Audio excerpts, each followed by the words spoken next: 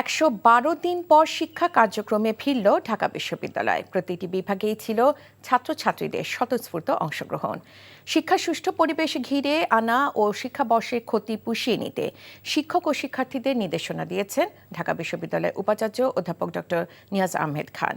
বিশ্ববিদ্যালয় ক্যাম্পাস ও হলে পরিবেশ শান্তিপূর্ণ রাখতে ইতোমধ্যে বেশ কয়েকটি টিম কাজ করছে বলে জানিয়েছেন সহকারী প্রক্টর। নিয়ামুল আজিজ সাদিকের রিপোর্ট।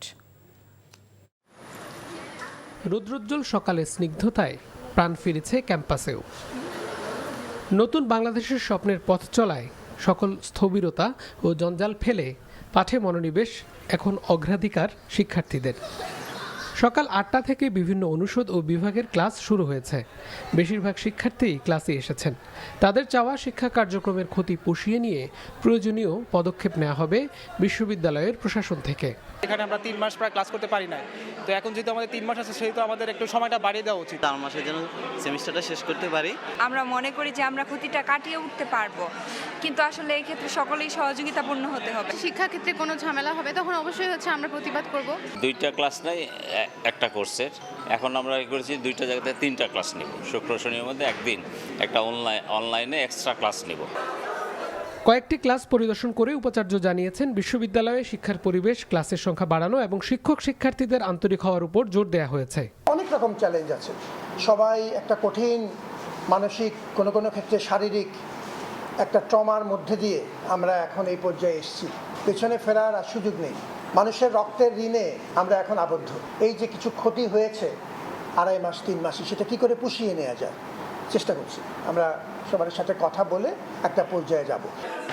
বিশ্ববিদ্যালয় হলগুলোতে যেন অশান্তিপূর্ণ পরিবেশ না থাকে এবং ক্যাম্পাসে শিক্ষার নিরাপদ পরিস্থিতির জন্য কাজ করে যাচ্ছেন বলে জানিয়েছেন সহকারী প্রক্টর। এই ঘটনাগুলোর পুনরাবৃত্তি ঘটবে না। হলের দীর্ঘদিনের সমস্যা, হলের মূল সমস্যাগুলো আমরা চিহ্নিত করতে পেরেছি। কিছুটা বাস্তবতাও আছে, আমাদের সীমাবদ্ধতা আছে। আবাসন উপযোগী এবং শিক্ষা উপযোগী হল করবার জন্য সর্বাত্মক পলিসি লেভেলে আমরা কথা বলছি এবং সেগুলো নির্দেশনা দেওয়া হয়েছে। বিশ্ববিদ্যালয়ে ছাত্র রাজনীতি সীমিত করার বিষয়টি পড়াশোনার জন্য ইতিবাচক বলে মনে করেন অনেক শিক্ষার্থী।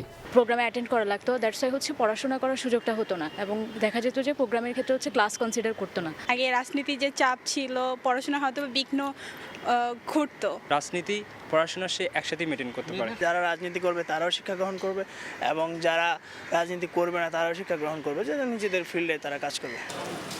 ছাত্র সংসদ সক্রিয় করার মাধ্যমে ছাত্রদের কল্যাণে কাজ করার বিষয়েও মত প্রকাশ করেছেন বেশিরভাগ শিক্ষক ও শিক্ষার্থী।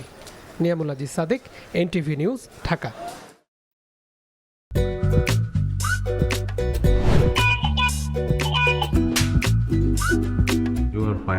লোকটা এক মেন্টাল। নিশ্চয়ই এই লোকটা প্রতিদিন বউয়ের সাথে উড়া ধুরা ঝগড়া করে আসে।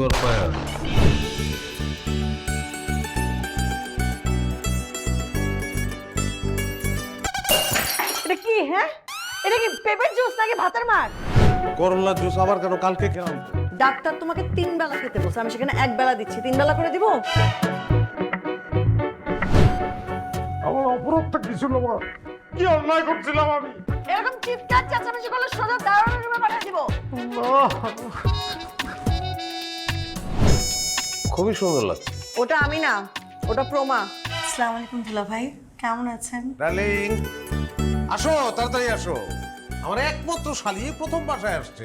দুলা ভাইকে ভালোবাসিস? জানি না ভালোবাসে কিনা। মা থ্যাংক ইউ তোমারে, এত সুন্দর এত ভালো একটা বউ জুটায় দেওয়ার জন্য। তুমি এমন সুন্দর, যে কোনো ছেলে তোমাকে একবার দেখলেই প্রেমে পড়ে যাবে। কি ডার্লিং, কফি খাওয়া? আসো ডার্লিং, একসঙ্গে কাজ করি। ও